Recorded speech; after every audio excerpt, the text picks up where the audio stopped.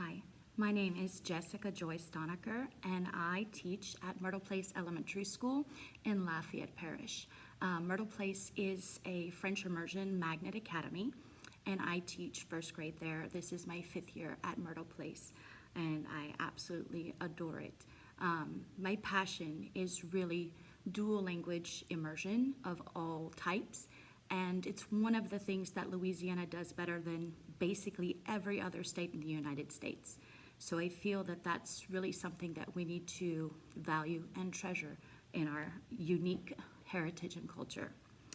The students in the video you're about to see are my homeroom students. I teach them math, science, social studies, and French language arts, and we also do music and art. All of that is done in French, so they are speaking French in the video. That's one of the hardest parts about teaching in a foreign language, is that the students are learning to converse as well as understand. So in addition to teaching the concepts, you have to do it in a way that teaches them the language structures and the grammar that they need to be successful speakers of that target language. In this lesson, we are working on a class project. We are writing a book. And we have been working on this most of this fall semester, and we celebrate its publication in the spring semester. So the students have had very much free reign to help me brainstorm. They've come up with the story. I helped them put the sentences together. They've based this on Louisiana culture, and they have based it on an illustrated dictionary that was put out by LCIS, the Louisiana Consortium of Immersion Schools, and Codafil. And it's called Gumbo des mots. So they're using local French vocabulary, and we're putting it into a context that can be understood internationally. It's really a huge part of validating the cultural backgrounds that these students come from, whether they be Creole or Cajun or Anglophone. They're all bringing something into the story, whether it's part of their writing task, part of their illustrating task, or even part of that brainstorming activity where they can all just kind of popcorn out their ideas and be part of a bigger project. I hope you enjoy the class. Thank you. Tu as oublié. Oups, oups, oups. OK.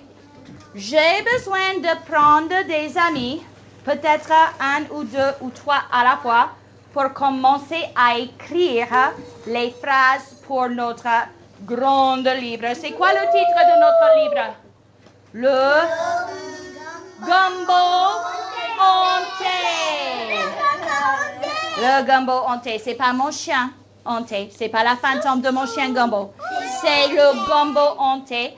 On avait voté, comme tu manges, on avait voté sur le dessin de couverture.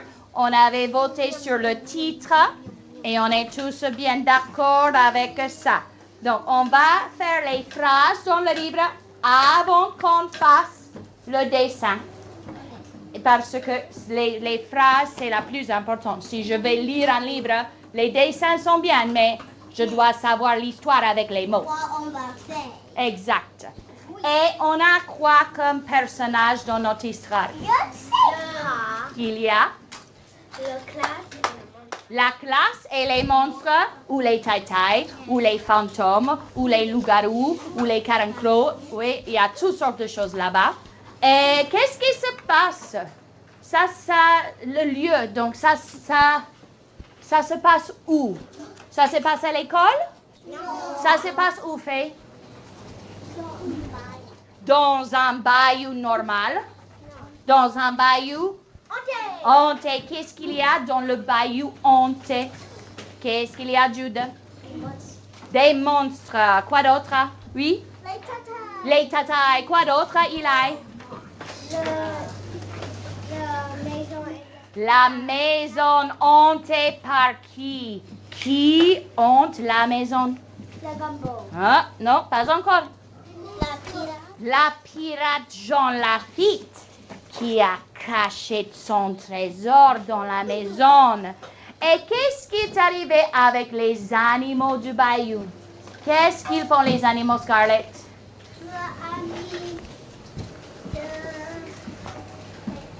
Non, avant ça, qu'est-ce qui se passe avec les animaux du bayou? Et pourquoi ils font partie de la reste de l'histoire? Dis-moi, Eleonora. Parce que Hmm? le monstre c'est attrape. Mais avant ça, où sont les animaux de Bayou Serenity? Dis-moi.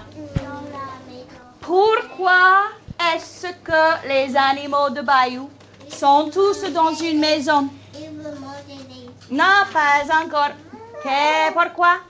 Oh, parce qu'il pleut.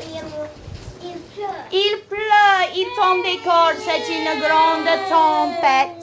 Il fait super froid parce que c'est juste autour de Halloween. Il fait froid dans la pluie, donc tous les animaux se cachent dans la maison pour l'abri. Mais la maison, c'est hantée. Et les tatas et les monstres, les fantômes attendent les enfants. Mais les enfants ne viennent pas parce qu'il pleut. Mais les animaux qui arrivent, les animaux, Il va manger. ils vont manger tous les animaux. Et qui arrive le lendemain, le matin? Oui. Les enfants. Les enfants L'école. de l'école. Et pourquoi ils arrivent? Qu'est-ce qu'ils vont faire à la maison? Dis-moi, Colin.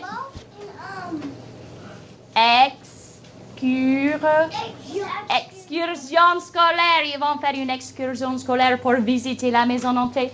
Est-ce que la madame est contente? Non, elle a trop peur d'aller dans la maison. Et qu'est-ce qu'ils trouvent dans la maison? Quelqu'un qui n'a pas trop parlé. Simon, tu as une idée? Qu'est-ce qu'ils ont trouvé dans la maison? Les monstres et les alligators, les crocodiles et les tatailles et les loups-garous. Pourquoi il y a des animaux et tout ça dans la maison? Parce qu'il pleut. Oui. Donc, qu'est-ce que l'enfant fait? Le premier enfant qui voit qu'il y a beaucoup d'animaux et de monstres et de fantômes et de tatailles dans la maison, il les non, il les attrape.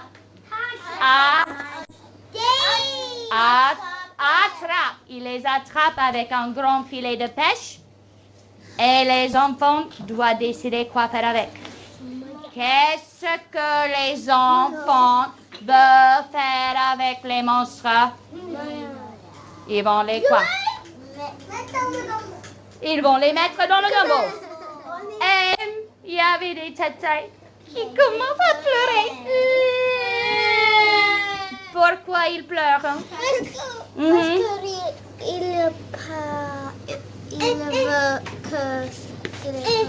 manger. Il ne veut pas être mangé. Super bien travaillé. C'est pas facile à dire ça. Donc, les enfants qui disent je suis désolée. Non, c'est pas ça. Je suis désolée. Et donc, les enfants décident de faire quoi avec les enfants qui sont désolés ou les animaux, les monstres?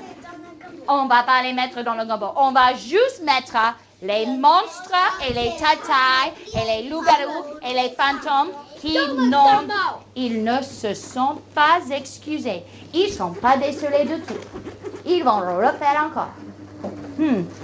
Mais il y a quelque chose d'autre qui arrive. Qui sent l'odeur du gumbo? Qui sent l'odeur? Non, tu n'étais pas ici, ma belle. Tu avais la grippe. Jude? Le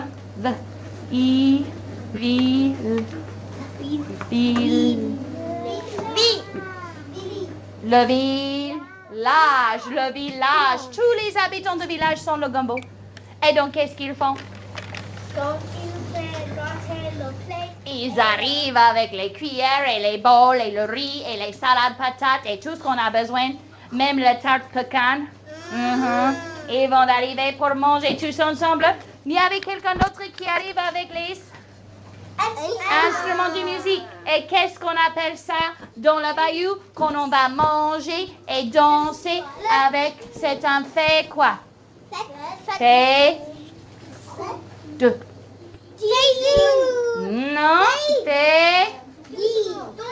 Non, danser, c'est ce qu'on fait. On dit fait dodo. Parce que quand tu dis à un enfant, oh, tu vas faire dodo, l'enfant va Ils vont dormir. Donc, on met les enfants à côté pour dormir et tous les autres vont danser. Tous les enfants dorment ensemble et tous les parents vont danser et manger. Okay. As you can see, it's a very engaging and active class. I do have several students with 504 accommodations. You may have seen the dividers that are placed, and that's to help them to concentrate when we're working on tasks. I do try to include them as much as possible, and we try to make sure everybody in the classroom has a voice. These high standards are going to help everyone to contribute and everyone to grow, not just in their knowledge of the local culture, history, which all fits into our social studies standards, but also in the target language and in all of the pieces that are needed for this literacy project. I know that these objectives are being met because of that participation and because I work with every child individually as we work on the sentences and then in small groups as we work on illustrations. As far as what I would do differently next time, I really would like to find a better way to organize this popcorn type style. If you'll notice, there's a couple that kind of continually add to the conversation, and I love that. But I want to kind of give that opportunity to as many students as possible. I try to call out on as many students as possible, and I work with the ones who aren't as vocal whole group for whatever reason, whether they're shy or they're unsure, it's a matter of confidence. And when we have that small group time and that one-on-one time, it's where I can really assess whether or not they understand and are cognizant of not just the standards and the objectives, but what we're working on and why it's important. I really do think that this project is very time consuming, and it's a lot of work on the part of the teacher to kind of set everything up in advance, and then once we get all of these ideas together, to put them into a format, and then to have the class vote on each part of that process. It can take some time, but I feel that it is time that is worthwhile, and that the students are not just learning about literacy and about their culture and their heritage or even just French. They're actually learning how to make decisions and how to work collaboratively. And we vote on a lot of different things so that they can see this democratic process, and we model that for them so that they can learn how to use that in their own work, their own projects, their own lives.